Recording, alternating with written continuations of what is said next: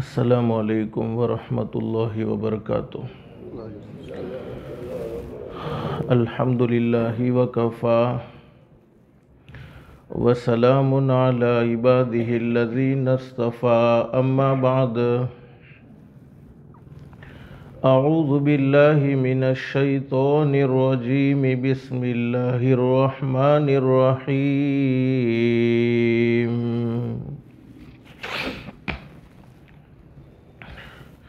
मन अमिला सालिहम मिन ज़करिन औ उन्सा वहुव मुमिन फलनुहयिन्नहु हयातन तय्यिबा वलनजज़ियन्नहुम अजरहुम बिअहसनि मा कानू यअमलून। सदक़ल्लाहुल अज़ीम।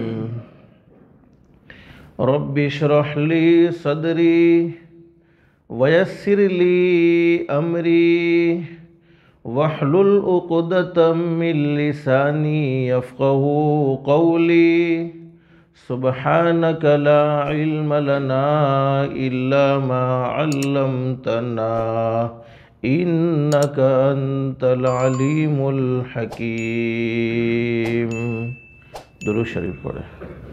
अल्लाहुम्मा सल्लि अला मुहम्मदिन व अला आलि मुहम्मद कमा सल्लैता अला इब्राहीम व अला आलि इब्राहीम इन्नका हमीदुम मजीद।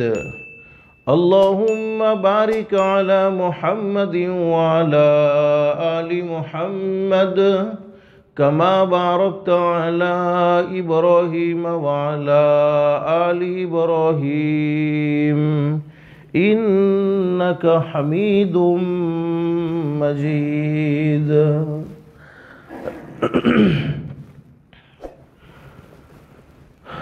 गिरामी कदर उलमाए किराम, बुजुर्गान मोहतरम और मेरे प्यारे दोस्तों और घरों में रिसीवर के ज़रिए से सुनने वाली मोहतरम मामाएँ और बहनें, अल्लाह का हम सब पर बहुत बड़ा एहसान और बहुत बड़ा करम है। यहाँ मस्जिद में अल्लाह पाक ने हम सब को जमा फरमाया। दुआ करो अल्लाह हम सब के जमा होने को कबूल फरमाए। हदीस शरीफ में हज़रत नबी करीम सल्लल्लाहु अलैहि वसल्लम ने अपनी सच्ची ज़ुबान मुबारक से ये बात बयान फरमाई, मस्जिद में आने वाला अल्लाह का मेहमान होता है और अल्लाह रब्बुल आलमीन ख़ुद उसके मेज़बान होते हैं। हम अपने घर में किसको बुलाते हैं? जिससे मोहब्बत होती है, जिससे खुसूसी ताल्लुक़ होता है। अल्लाह पाक भी अपने बंदों में से उन्हीं बंदों को अपने घर पर बुलाते हैं जिन बंदों से अल्लाह पाक को खुसूसी मोहब्बत है, खुसूसी ताल्लुक़ है। और हदीस शरीफ में हज़रत नबी करीम सल्लल्लाहु अलैहि वसल्लम ने बड़ी ज़बरदस्त बात बयान फरमाई, मेरे वो उम्मती जिन्होंने ईशा की नमाज मर्द हैं जमात के साथ पढ़ ली। कहो अल्हम्दुलिल्लाह, अल्लाह ने हमें ईशा की नमाज जमात के साथ पढ़वा दी।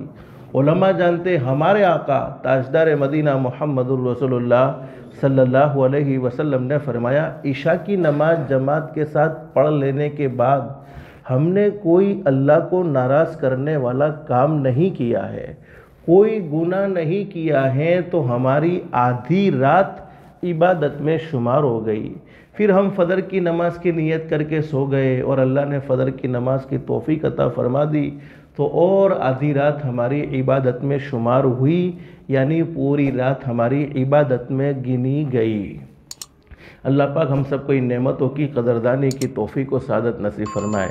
जैसे कि हज़रत इमाम मोहतरम ने फरमाया कि कोई ज़्यादा वक्त नहीं लिया जाएगा, बहुत मुख्तसर से वक्त में बहुत मुख्तसर बात आप लोगों के सामने रखनी है।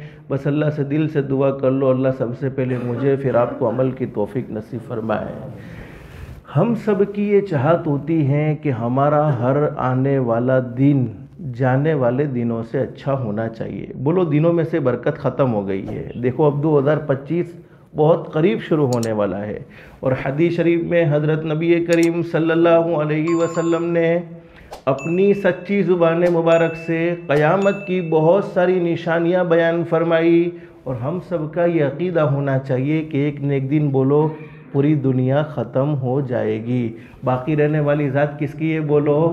अल्लाह कुरान करीम में फरमाते कुल्लु मन अलैहा फ़ानी व यबक़ा वजहु रब्बिका ज़ुल जलाली वल इकराम फ़बिअय्यि आलाइ रब्बिकुमा तुकज़्ज़िबान। दुनिया में पैदा होने वाली हर चीज़ को फ़ना हो जाना है, हर चीज़ को ख़त्म हो जाना है। बाकी रहने वाली ज़ात बोलो किसकी है? सिर्फ़ एक अल्लाह की। अल्लाह हमेशा हमेशा हैं और अल्लाह हमेशा हमेशा रहेंगे। जिस दिन दुनिया ख़त्म हो जाएगी उस दिन को क़यामत का दिन कहते हैं। और क़यामत की बहुत सारी निशानियाँ हदीस शरीफ में बयान फरमाई और कुरान करीम के कई कई मकामात पर क़यामत का मंज़र बयान फरमाया कि क़यामत का दिन कैसा दिन होगा। यौम यफ़िरुल मर्उ मिन अख़ीही व उम्मिही व अबीही व साहिबतिही व बनी। अल्लाह फरमाते क़यामत का दिन वो दिन होगा, उस वक्त भाई भाई के काम आने को तैयार नहीं, बेटा बाप के काम आने को तैयार नहीं, बाप बेटे के काम आने को तैयार नहीं, माँ बेटी के काम आने को तैयार नहीं, बेटी माँ के काम आने को तैयार नहीं। आज दुनिया की मुख्तसर ज़िंदगी में हम देख सकते हैं कि एक रिश्तेदार दूसरे रिश्तेदार के साथ भलाई का मामला करने को बोलो तैयार नहीं है। एक भाई दूसरे भाई की तरक्की को देखकर बोलो खुश होता नहीं है, बल्कि अंदर ही अंदर जलना शुरू कर देता है। एक बेटा है जिसने अपने बाप के हज़ारों एहसानात तले ज़िंदगी गुजारी है, लेकिन बाप के साथ बोलो अच्छा सलूक करने को तैयार नहीं है। तो जब दुनिया में कोई हमारे काम नहीं आता है तो बोलो क़यामत में कौन काम आ सकता है? लेकिन क़यामत आनी ज़रूर है। और हदीस शरीफ में क़यामत की बहुत सारी निशानियाँ बयान फरमाई। उन निशानियों में से एक निशानी हज़रत नबी करीम सल्लल्लाहु अलैहि वसल्लम ने अपनी सच्ची ज़ुबान मुबारक से ये बयान फरमाई कि क़यामत से पहले पहले वक्त में से बरकत उठा ली जाएगी। हदीस शरीफ का मफ़हूम है एक साल एक महीने के बराबर हो जाएगा, एक महीना एक हफ्ते के बराबर हो जाएगा, एक हफ्ता एक दिन के बराबर हो जाएगा, और एक दिन एक घंटे के बराबर हो जाएगा, और एक घंटा एक मिनट के बराबर हो जाएगा। हम महसूस कर रहे हैं एक जुमा गुज़रता नहीं फ़ौरन दूसरा जुमा आ जाता है। अभी एक रमज़ानुल मुबारक का महीना मुकम्मल गुजर गया, दूसरे रमज़ानुल मुबारक के महीने की तैयारी शुरू हो गई। वक्त बोलो ठहरने वाली चीज़ नहीं है, वक्त गुजरने वाली चीज़ है। लेकिन आज हम अपनी ज़िंदगी में सबसे ज़्यादा किसी चीज़ की नाक़दरी करते हैं, किसी चीज़ को गफलत में गुजारते हैं, तो वो वक्त को गफलत में गुजारते हैं। हालांकि उलमा ने बड़ी ज़बरदस्त बात बयान फरमाई है, हर इंसान को सोने और चांदी से मोहब्बत होती है, ख़ासतौर पर सोने से औरतों को ज़्यादा मोहब्बत होती है मर्दों के मुकाबले में। और क्यों मोहब्बत ना हो जब अल्लाह ने खुद मोहब्बत डाली हुई है। ज़ुय्यिना लिन्नासि हुब्बुश शहवाति मिनन निसाइ वल बनीन वल क़नातिरिल मुक़ंतरति मिनज़ ज़हबि वल फ़िज़्ज़ा वल ख़ैलिल मुसव्वमति वल अनआमि वल हर्थ। हर एक को सोने और चांदी से मोहब्बत होती है। और अगर अल्लाह न करे किसी को अल्लाह ने सोने का मालिक बनाया, गफलत की वजह से, लापरवाही की वजह से उसके हाथ से सोना चला गया, ख़त्म हो गया, तो अल्लाह चाहे तो जितना गया है उससे भी बोलो डबल वापस आ सकता है। अल्लाह के लिए बोलो कोई मुश्किल नहीं है, जितना गया है उससे भी डबल वापस आना मुमकिन है, कोई मुश्किल नहीं है। लेकिन वक्त एक मर्तबा हाथ से चला जाता है, बोलो फिर वो कभी वापस आ सकता? ये 2024 गुजर जाएगा, बोलो अब हमारी ज़िंदगी में कभी ये वापस आएगा? कभी नहीं आएगा। लेकिन हर इंसान की ये चाहत होती है, हर इंसान की ये तमन्ना होती है कि मेरा हर आने वाला दिन जाने वाले दिनों से अच्छा होना चाहिए। हर एक की ये चाहत होती है। और अल्लाह के नेक बंदों ने बड़ी ज़बरदस्त बात बयान फरमाई, अल्लाह से ऐसी इज़्ज़त मांगनी चाहिए जिसके बाद बोलो कभी ज़िल्लत न हो। अल्लाह से ऐसी मालदारी मांगनी चाहिए जिसके बाद बोलो कभी गुर्बत न हो। अल्लाह से ऐसी खुशहाली मांगनी चाहिए जिसके बाद बोलो कभी तंगहाली न हो। अल्लाह से ऐसी हिदायत मांगनी चाहिए जिसके बाद बोलो कभी गुमराही ना हो। बस मुझे कोई लंबी चौड़ी बात नहीं करनी, एक हदीस पाक आपके सामने जिक्र करनी है। अल्लाह पाक हम सबको अमल की तौफीक नसीब फरमाए। मेरे भाइयों, हम जब हमारे आका हज़रत मुहम्मदुर रसूलुल्लाह सल्लल्लाहु अलैहि वसल्लम की मुबारक ज़िंदगी को पढ़ेंगे और ज़िंदगी को सुनेंगे तो ये फ़ैसला करने पर मजबूर होंगे। अगर हम सीरत की किताबों का मुताला करेंगे तो ये फ़ैसला करने पर मजबूर होंगे कि हमारे माँ बाप से भी ज़्यादा अगर हमसे कोई मोहब्बत करने वाला था तो वो हमारे आका हज़रत मुहम्मदुर रसूलुल्लाह सल्लल्लाहु अलैहि वसल्लम की ज़ात-ए गिरामी है। बुखारी शरीफ में हदीस मौजूद है, मदीनतुल मुनव्वरा में एक सहाबी सख्त बीमार और बोलो बीमारी भी किसकी तरफ से है? अल्लाह की तरफ से है। और ऐसी बीमारी हदीस शरीफ में लिखा है कि पूरा जिस्म कमज़ोर हो चुका है, बैठने की ताकत नहीं है, चलने की ताकत नहीं है, जिस्म पूरा कमज़ोर हो चुका है, जिसको हमारी ज़ुबान में कहते हैं लकड़ी की तरह सूख चुका है। अब हज़रत नबी करीम सल्लल्लाहु अलैहि वसल्लम को ये ख़बर पहुंची और हुज़ूर सल्लल्लाहु अलैहि वसल्लम के दिल में तो उम्मत की बड़ी ज़बरदस्त मोहब्बत थी।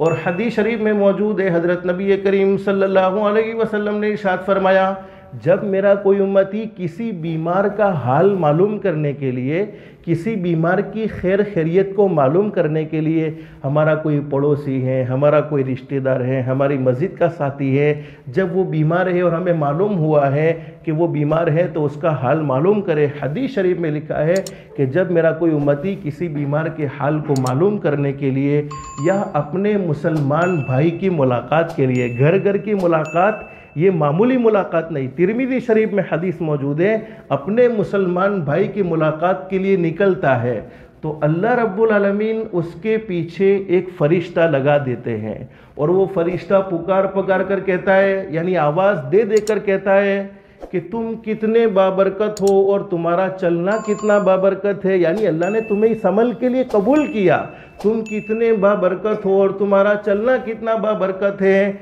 यकीनन तुमने अपना ठिकाना जन्नत में बना लिया।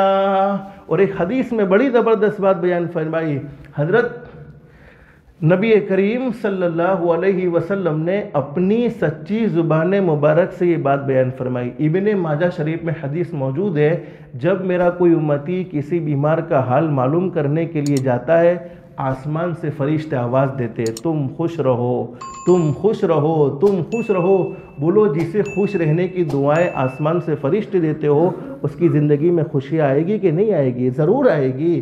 तो हज़रत नबी करीम सल्लल्लाहु अलैहि वसल्लम वो बीमार साहबी का हाल मालूम करने के लिए तशरीफ़ लाए और हुज़ूर सल्लल्लाहु अलैहि वसल्लम ने बीमार साहबी का हाल मालूम करने के बाद फरमाया, ओ अल्लाह के बंदे, ये बीमारी के दिन है, खड़े होने की ताकत नहीं, चलने की ताकत नहीं, बैठने की ताकत नहीं, पूरा जिस्म कमज़ोर हो चुका है, इन बीमारी के दिनों में तुम अल्लाह से दुआएं क्या मांगते हो? और हम सबको मालूम होना चाहिए, जब अल्लाह की तरफ से हालात आ जाए, जब अल्लाह की तरफ से परेशानी आ जाए, दुख आवे, तकलीफ़ आवे, बीमारी आवे, उस वक्त हम अल्लाह से जो भी दुआएं मांगते हैं अल्लाह पाक हमारी दुआओं को बोलो ज़रूर कबूल फरमाते हैं। इब्ने माजा शरीफ में हदीस मौजूद है, हज़रत नबी करीम सल्लल्लाहु अलैहि वसल्लम ने हज़रत उमर रज़ियल्लाहु तआला से फरमाया कि उमर, जब कोई आदमी बीमार हो जाए तो उसे दुआओं के लिए कहो, इसलिए कि बीमार आदमी की दुआ फरिश्तों की दुआ की तरह कबूल होती है। बोलो, फरिश्तों की कोई नाफरमानी होती है? कोई नाफरमानी नहीं होती। ला यासून अल्लाह मा अमरहुम व यफ़अलून मा युअमरून।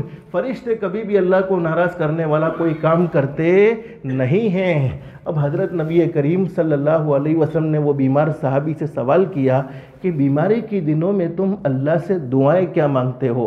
अब सहाबी की दुआ ज़रा सुनना। सहाबी ने क्या कह दिया, अल्लाह के नबी, ये दुनिया की ज़िंदगी तो ख़त्म हो जाएगी। बोलो, ख़त्म होने वाली है कि नहीं होने वाली? हर एक को एक न एक दिन आखिरत का सफ़र ज़रूर करना है, एक न एक दिन मरना ज़रूर है दुनिया में। बोलो, कोई चीज़, जैसे मैंने कहा, कोई चीज़ बाकी नहीं रहेगी। हमें भी एक उम्र गुजरने के बाद दुनिया से ज़रूर चले जाना है।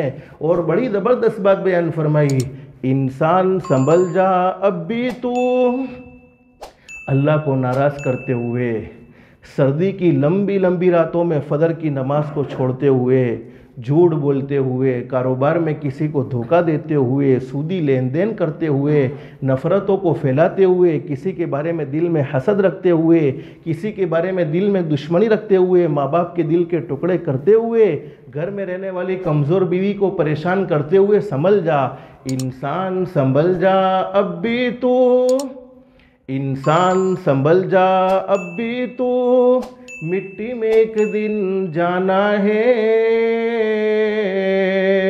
तेरे बड़े भी चले गए और तेरा भी नंबर आना है। हर एक को ये इस्तेज़ार होना चाहिए, जब हमारे दिल में किसी के बारे में हसद आने लगे, किसी की तरक्की को देखकर जलन दिल में पैदा होने लगे, किसी को खुश देखकर दिल बेचैन और बेकरार होने लगे, किसी के साथ बुरा करने को दिल चाहे तो सोच लेना चाहिए, एक न एक दिन मुझे मरना ज़रूर है, अल्लाह के सामने खड़े ज़रूर होना है। तो सहाबी ने क्या बात कह दी हज़रत नबी करीम सल्लल्लाहु अलैहि वसल्लम से, अल्लाह के नबी ये दुनिया की ज़िंदगी तो बोलो एक न एक दिन ख़त्म हो जाएगी, जब दुनिया की ज़िंदगी ख़त्म हो जाएगी तो बोलो बीमारी भी ख़त्म हो जाएगी। तो मैं अल्लाह से एक ही दुआ मांगता हूँ, इलाहुल आलमीन ये दुनिया की ज़िंदगी चंद दिनों की ज़िंदगी है, पता नहीं कब ख़त्म हो जाए। दुनिया की ज़िंदगी में तुझे जितनी तकलीफ़ें मुझे देना चाहता है तू मुझे वो तकलीफ़ें दे दे, लेकिन आखिरत की तकलीफ़ से तू मुझे बचा लेना। यानी सहाबी को आखिरत का इस्तेज़ार है, इसलिए कि दुनिया की तकलीफ़ आखिरत की तकलीफ़ के मुकाबले में बोलो कोई तकलीफ़ नहीं है। दुनिया की राहत आखिरत की राहत के मुकाबले में बोलो कोई राहत नहीं है। लेकिन हदीस शरीफ में उलमा जानते, बुखारी शरीफ में ये हदीस मौजूद है, तिरमिज़ी शरीफ में भी ये हदीस मौजूद है। हुज़ूर सल्लल्लाहु अलैहि वसल्लम ने सहाबी की इस बात को सुनकर नाराज़गी का इजहार फरमाया कि अल्लाह के बंदे ऐसी दुआ क्यों मांगते हो? इसलिए कि तुम दुनिया की तकलीफ़ बर्दाश्त कर सकते बोलो नहीं हो। जब दुनिया की तकलीफ़ बर्दाश्त नहीं होती तो बोलो आखिरत की तकलीफ़ बर्दाश्त होगी। अब हमारे नबी ने एक दुआ बतलाई है, बस वो दुआ बतलाकर बात ख़त्म करेंगे इंशाअल्लाह। अल्लाह हम सबको अमल की तौफीक नसीब फरमाए, अल्लाह से हम मांगने वाले बन जाए, हमारी इबादत में हम दुआओं को शामिल करें कि जब अल्लाह वालों की मजलिस में अल्लाह पाक हमें जाने का मौका दे, 5, 10, 15 मिनट हम खुद अपनी दुआएं अल्लाह से मांगे। इसलिए कि अल्लाह वालों की मजलिस में आना ये कोई मामूली चीज़ नहीं होती है। हज़रत मौलाना जलालुद्दीन रूमी रहमतुल्लाह अलैह बड़े ज़बरदस्त वली कामिल कितनी बड़ी बात कह दी, यक ज़माना सोहबत बा औलिया बेहतर असद साला ताअते बिरिया।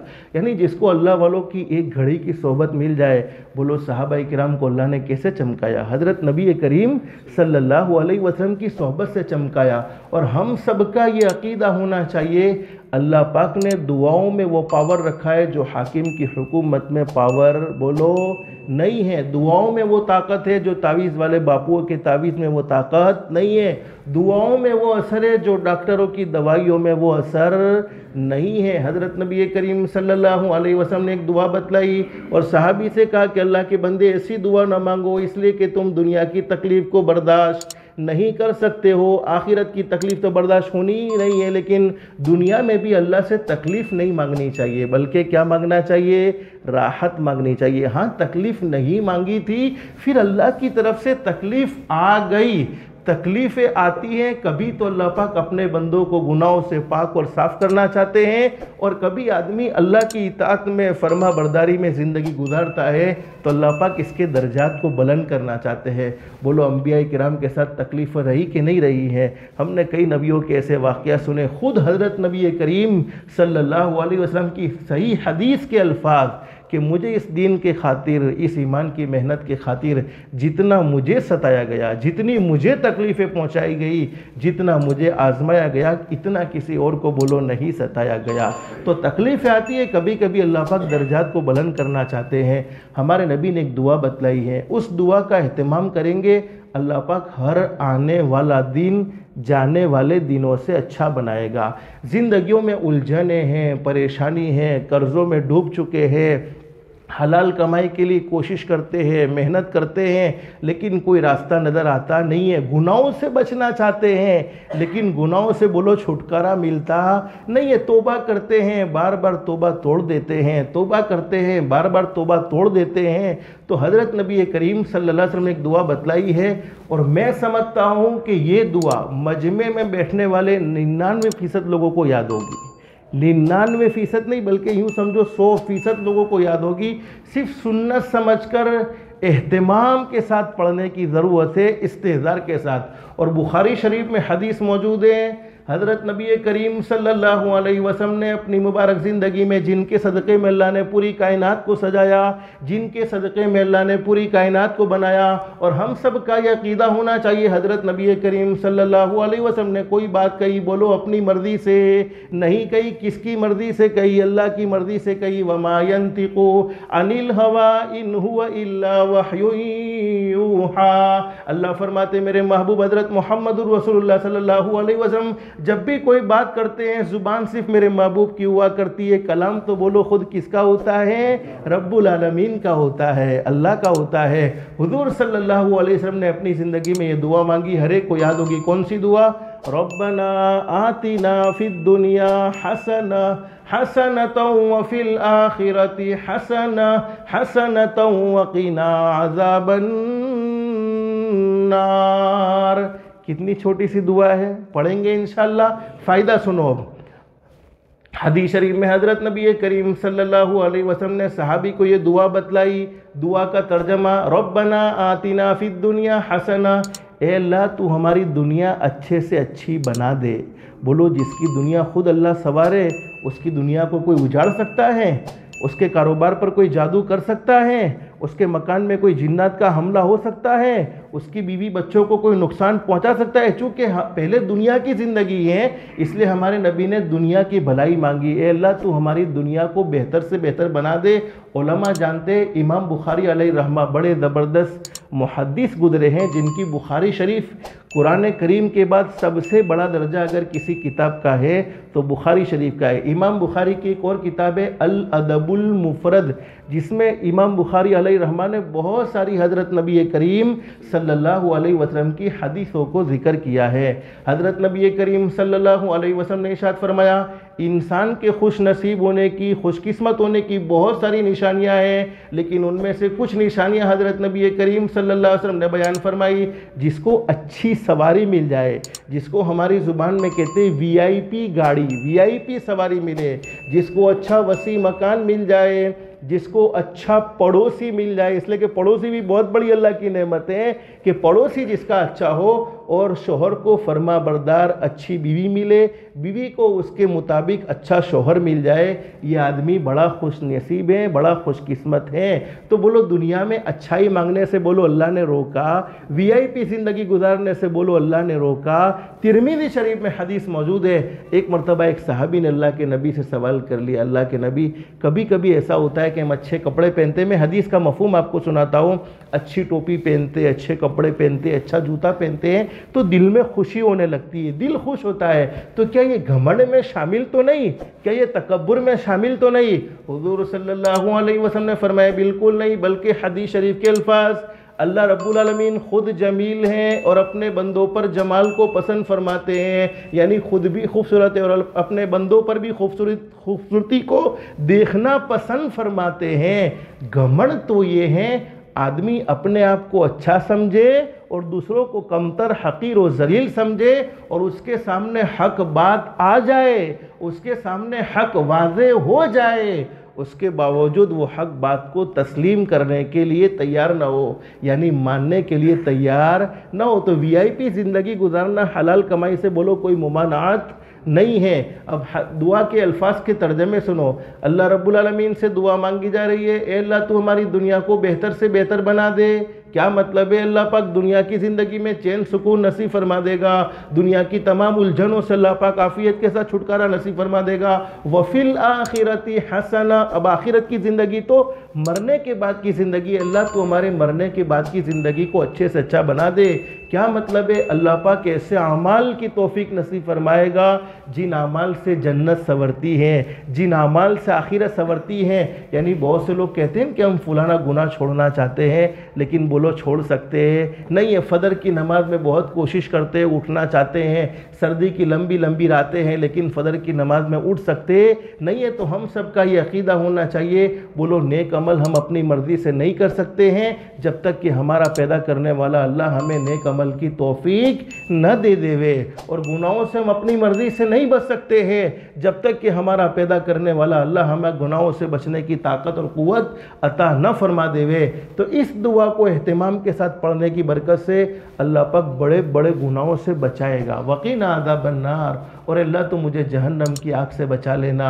हदीस शरीफ में लिखा है मेरे भाइयों, हदीस शरीफ में लिखा है, हदीस के बयान करने वाले हज़रत अनस रज़ी अल्लाह तआला अन्हु फरमाते, वो बीमार साहबी जिनके अंदर बोलो खड़े होने की ताकत नहीं थी, चलने की ताकत नहीं थी, बैठ नहीं सकते थे, पूरा जिस्म कमज़ोर हो चुका था, लेकिन इस दुआ का एहतिमाम किया, अल्लाह ने मुकम्मल शिफा नसीब फरमा दी, मुकम्मल तंदुरुस्ती नसीब फरमा दी। उलमा ने लिखा है कि जब कोई आदमी लाइलाज बीमारी में मुब्तला हो जाए, ऐसी बीमारी डॉक्टरों के धक्के खा खा कर थक चुका है, तावीज़ वाले बापुओं के इलाज करवा करवा कर थक चुका है, लेकिन उसे कोई फ़ायदा नहीं होता है, तो वो इस दुआ का एहतिमाम करे, अल्लाह पाक ज़रूर उसे कामयाबी और ज़रूर उसे शिफा नसीब फरमाएंगे।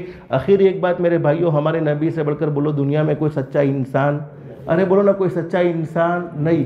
हम हमारे नबी को आजमा सकते, बोलो नहीं है। हम हमारे नबी का इम्तिहान नऊज़ुबिल्लाह बोलो नहीं ले सकते हैं। लेकिन अगर कोई आदमी ये सोचे कि मुझे फलानी तकलीफ़ है, फलाना दुख है, मौलाना ने बयान में ये दुआ बतलाई, लाओ पढ़कर तो देखो, ट्राई, सिर्फ ट्राई करने के लिए, यकीन नहीं है दिल में, यकीन के साथ पढ़े तो नूरुन अला नूर, कि जिसको हज़रत नबी करीम सल्लल्लाहु अलैहि वसल्लम की मुबारक ज़ुबान से निकली हुई बातों पर यकीन है। और दुआ भी बोलो कोई मुश्किल नहीं, कुरान करीम की आयत करीमा, तो आयत करीमा पढ़ने का सवाब मिलेगा। लेकिन ट्राई करने के लिए पढ़े तो मैं अल्लाह के घर में बैठ कर कहता हूँ, अल्लाह की ज़ात अली से उम्मीद है उसका ट्राई करना भी बोलो गलत साबित नहीं होगा। आखिर एक बात, सारे वजीफ़े बाद में हैं, 5 वक्त की नमाज बोलो पहले है।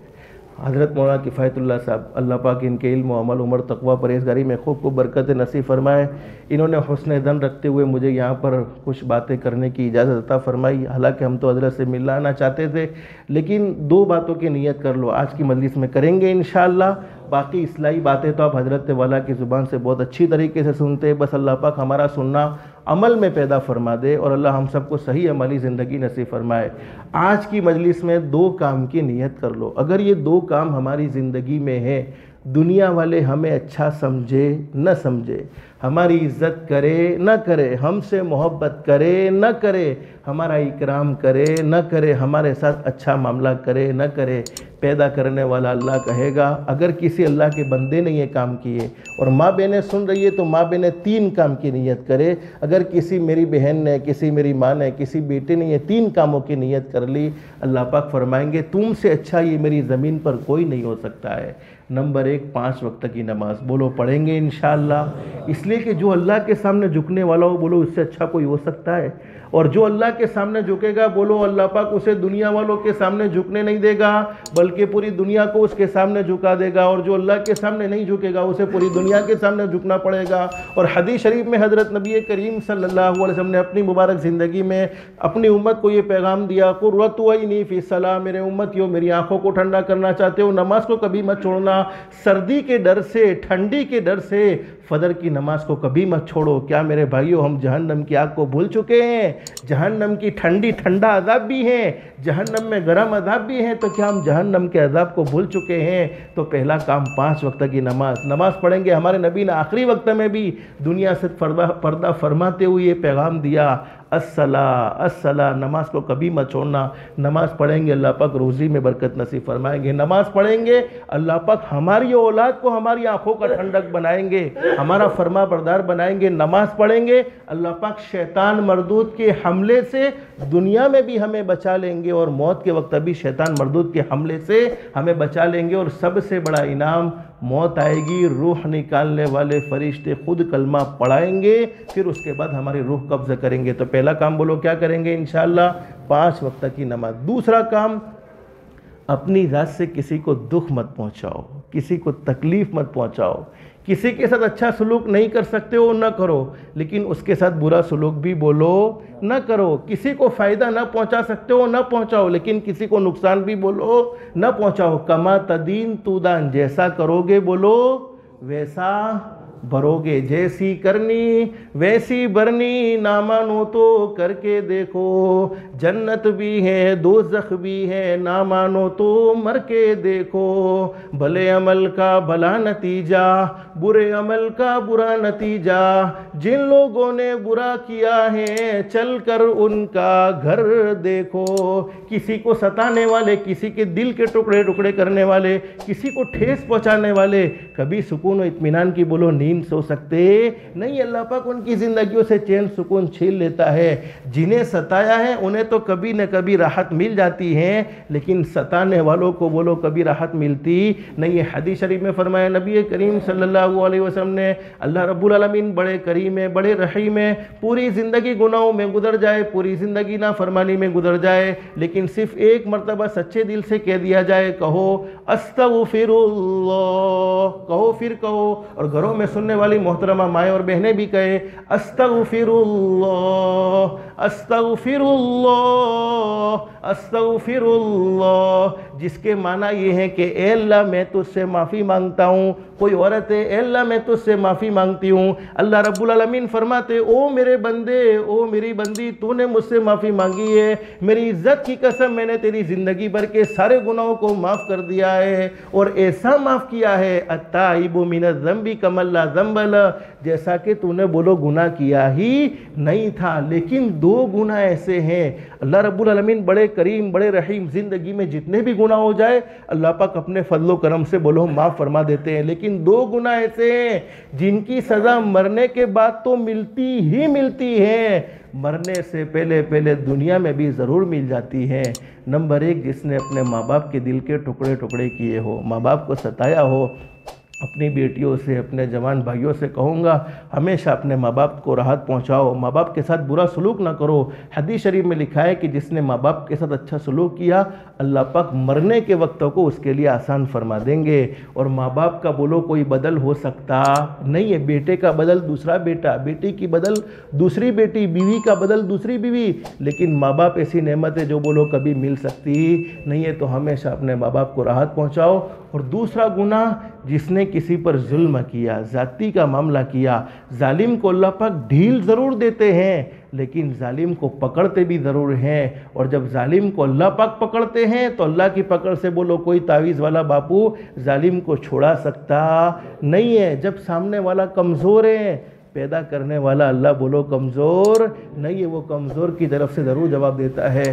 और तीसरी नीयत, माँ बहनों को घरों में सुनने वाली ये नीयत करो, अपने आप को पर्दे में रखो, पर्दे में रखने का अहतमाम करो। ये पर्दा कोई उलमा का हुक्म नहीं है, अल्लाह के नेक बंदों का हुक्म नहीं है, डायरेक्ट अल्लाह रब्बुल आलमीन का हुक्म है। और ख़ुद हज़रत नबी करीम सल्लल्लाहु अलैहि वसल्लम को अल्लाह रब्बुल आलमीन ने ये बात कही, ओ मेरे महबूब हज़रत मुहम्मदुर रसूलुल्लाह सल्लल्लाहु अलैहि वसल्लम, अपने घर में रहने वाली तमाम बीवियों को और अपनी बेटियों को पर्दे में रहने का कहो। बस अल्लाह से दिल से दुआ कर लो, जितनी बातें कही गई है, सुनी गई है, अल्लाह सबसे पहले मुझे फिर आपको अमल की तौफीक नसीब फरमाए, हमारी दुनिया भी बेहतर से बेहतर बनाए, आखिरत भी बेहतर से बेहतर बनाए।